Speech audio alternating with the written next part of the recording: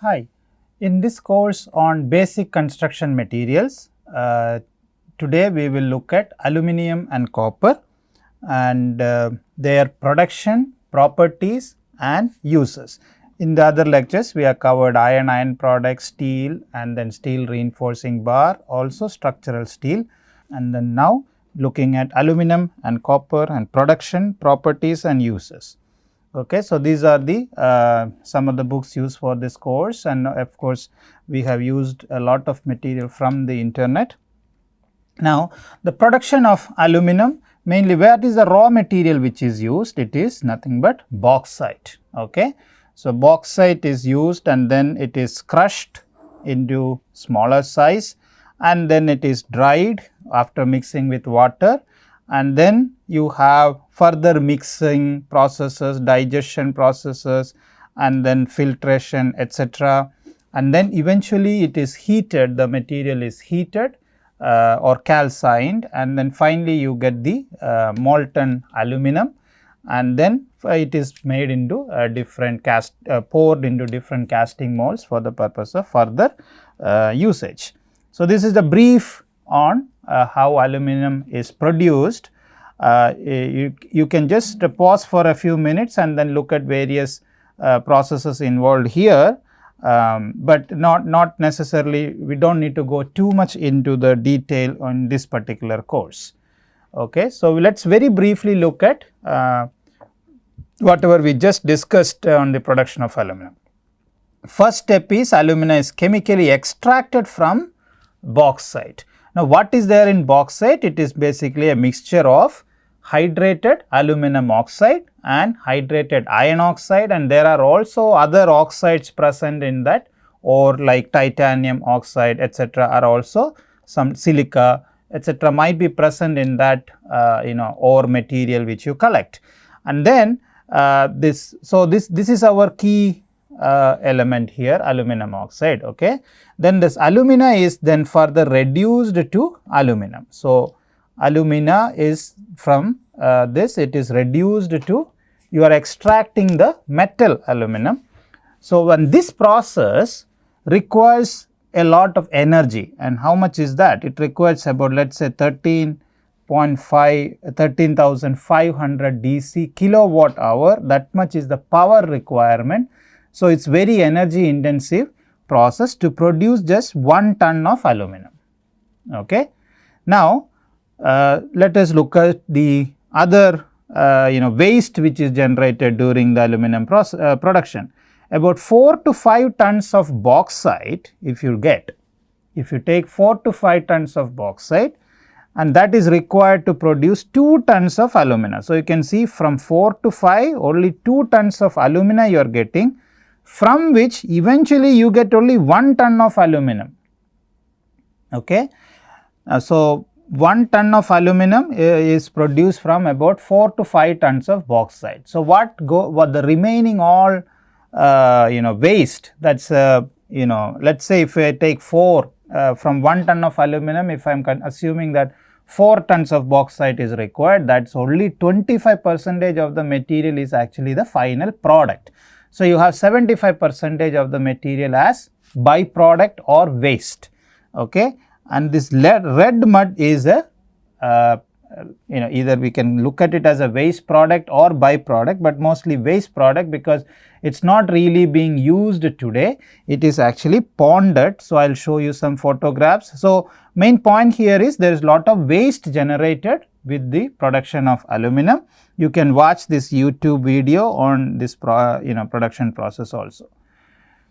Now, for every ton of alumina produced, the process can leave behind a third of a ton to more than 2 tons of lot of waste. That is the whole point. You can look at these numbers more specifically, but the Odisha is the state where in India we have a lot of aluminum production happening, and there are a lot of ponds like that. You can see this, the aerial view taken from aircraft or a helicopter. You can see this is the pond. So, you can see the size of that large waste where it is dumped, or the red mud pond. Okay. Now, what is the problem with this red mud? The first thing is it is a rusty in color because of the presence of iron compounds, okay, but that is okay, color does not matter much. But this is the problem, it has a very high pH. Now, when you have very high pH and you have a pond like this, imagine that bund or the barrier of this pond, it breaks, or the dam breaks, and then this material just starts flowing outward, then that is very dangerous for all the things which are around that pond. Okay, so that is one danger thing about this. So, it has high pH. So, now people have actually started looking at whether this can be used for road construction.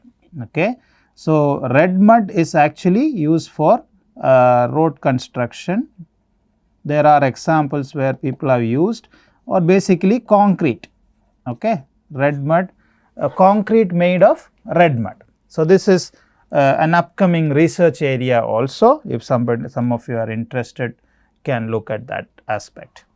So, this waste, like the fly ash waste which is there in the power plants, people started using fly ash for concrete making, right. So, similarly, now there is a lot of research going on in looking at the use of red mud in concrete construction.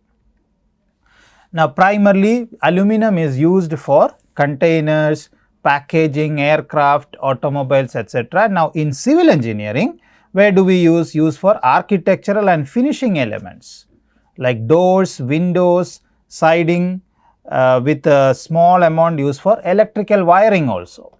Okay, you can see that is also, but the volume wise, if you look at that, electrical wiring may not have significant volume, but other elements like doors, windows, if you look at it, there is a large quantity of aluminum being used. Now, these are not very much used for structural members, but now we see that mainly all this light, wherever you want a light element, we are still trying to use it, but structural members still not, because of mainly because of the cost associated with it. It is very expensive, okay, and strength and ductility, strength is not as high as steel, okay.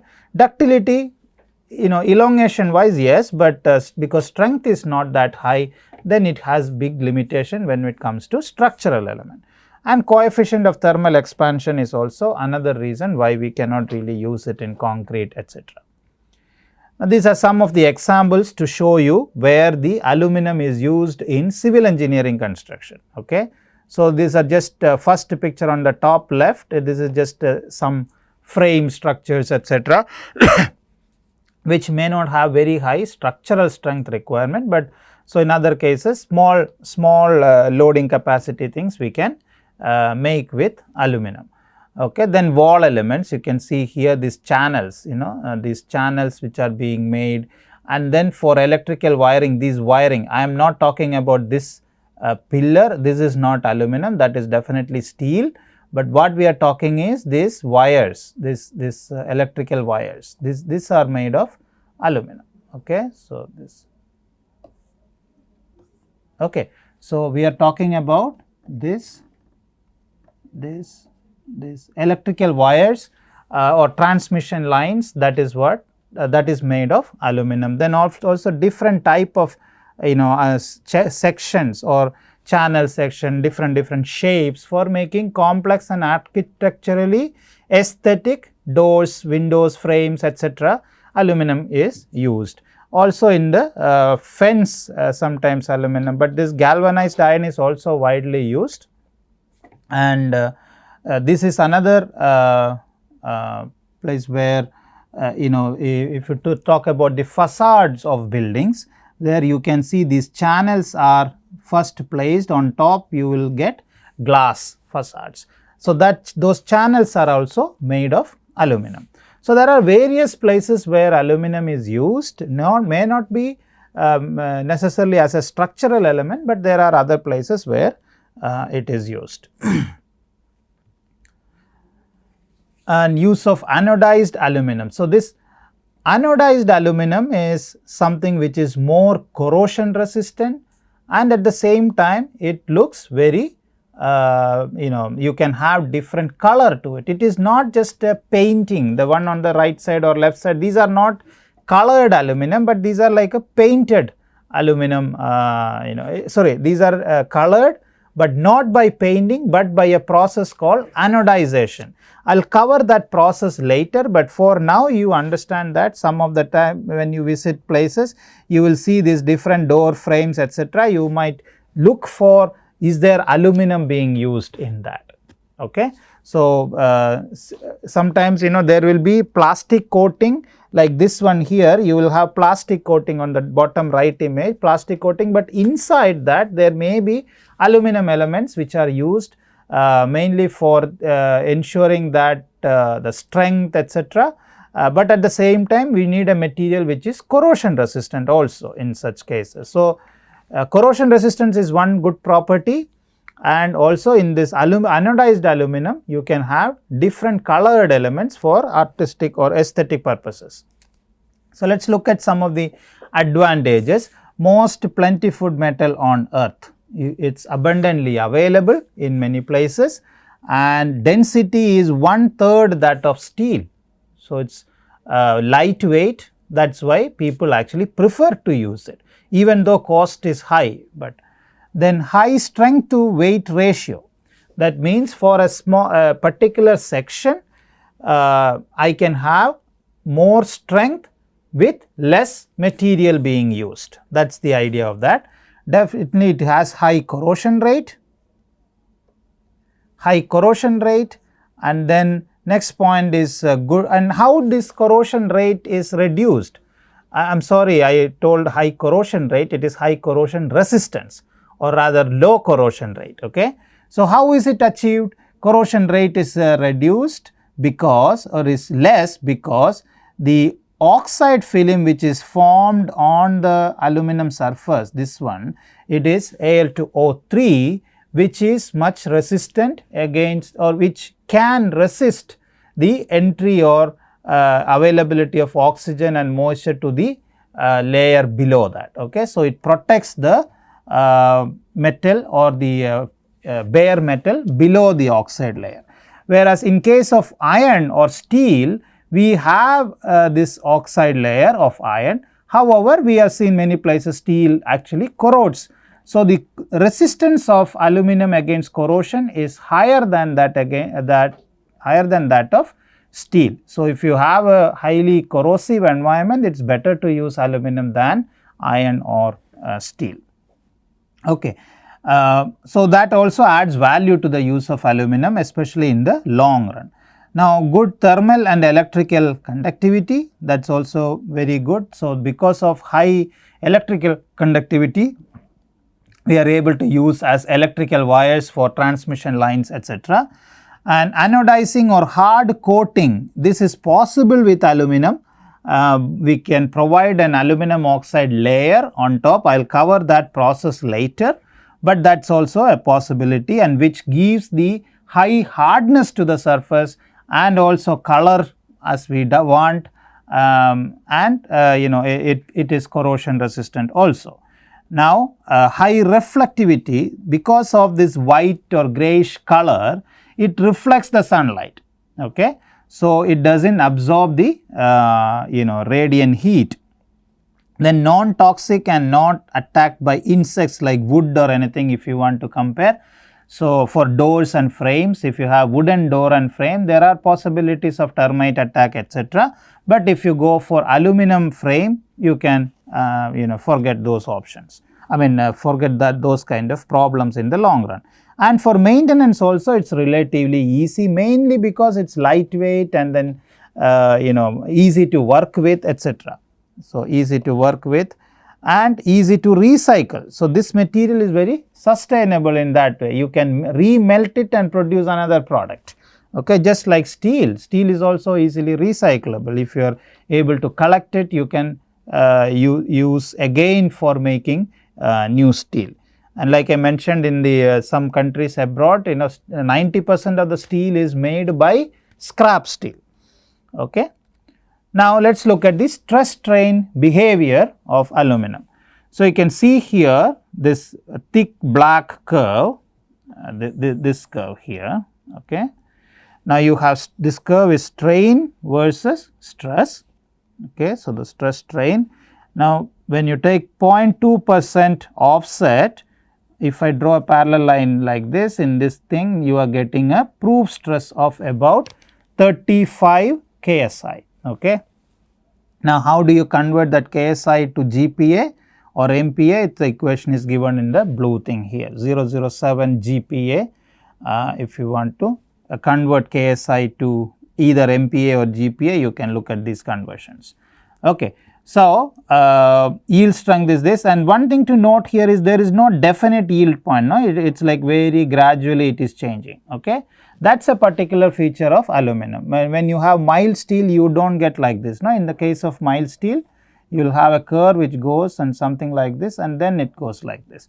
So, this plateau region is missing in case of aluminum, especially if you are talking about aluminum alloy, you will see only like very gradual change in the stress strain, the slope of the stress strain curve. Okay. So, in case this is for steel, in particular mild steel, and this is my this is the yield point. Okay. Yield point. Okay. So, what is the typical ultimate tensile strength of aluminum? It can range anywhere from 100 to 550 etc., depending on the type of alloy you are talking about. Modulus of elasticity, it can range from 70 to 79 or let us say 80. That is a typical modulus of elasticity which you are talking about. Now, let us look at a comparison here. So, in case of aluminum alloys is like this. Let us say for steel, what will be? For steel, you can have tensile strength, ranging from 250 to 600, 700 like that. This kind of steels are available. If you are talking about pre-stressing steel, it is 1860 like that. So, very large, this is not ultimate. I am talking about this is yield strength. Okay. Now, modulus of elasticity E of steel, it ranges from about we typically assume the number 200 GPa. Okay. This is what typically we assume for modulus of elasticity of steel. Now, modulus of elasticity of aluminum is 70 to 79. So, it is much less. So, this both the tensile strength, yield strength, modulus etc. are less for aluminum. So, we have to think about that while suggesting it for some use. Now, what about the effect of temperature on the strength of aluminum? So, let us say for typical environmental temperature condition, let us say 0 to 50 degrees Celsius, you do not see much variation, it is okay. But if the temperature goes let us say 100 plus etc., for why this is important is this kind of limits the use of aluminum for many of the chemical plants etc., where you can have fluid with high temperature going etc. So, this kind of limits some of the applications. So, there is a significant reduction in the properties after about let us say 100 degrees Celsius or something. So, you have to look at when you suggest to use aluminum for some whatever purpose, you have to think about the temperature effects also. Okay. Now, cross sectional dimension of steel and aluminum beams considering equal deflection, considering equal. So, this is a beam. You can see on the top right, it is a beam with height of the cross section h and width b, okay, and length of the beam is considered to be 2x. Now, if you apply a load W at the center, okay, then I can calculate the deflection as using this formula. Deflection at the center I can calculate using W multiplied by length to the power 3 divided by 48 EI. What is EI? E is the modulus of elasticity and I is the moment of inertia. Okay. So, this if I say for aluminum, I am going to call EA and IA, and for steel ES and IS. Okay. Now, if you compare that, so this equation I can make this equation by cutting this 48, 48, W, W, this thing. So, I can say that EAIA is equal to ESIS. Now, what is I? It is a rectangular section. So, I can say I is equal to, for rectangular section, BH cube divided by 12. Now, from that, if I substitute that into this, if I substitute this into this, okay. So, I can get this equation, which where I say width of the aluminum that section required will be something like this. Now, let us look at these numbers. Okay. If HA is equal to HS, or in other words same height we consider for both steel and aluminum, then assuming the modulus of steel to be 200 and modulus of aluminum to be 75, what we eventually get is BA is equal to 2.7 times BS. That means this term here is equal to 2.7. Okay. So, what does this mean? If I replace a steel section with aluminum section, I will have to go for 2.7 times the width. So, aluminum section will be almost 3 times more in volume. Okay. So, that is one reason, and also it is costly. So, it is not really good because not really good for structural applications. Okay.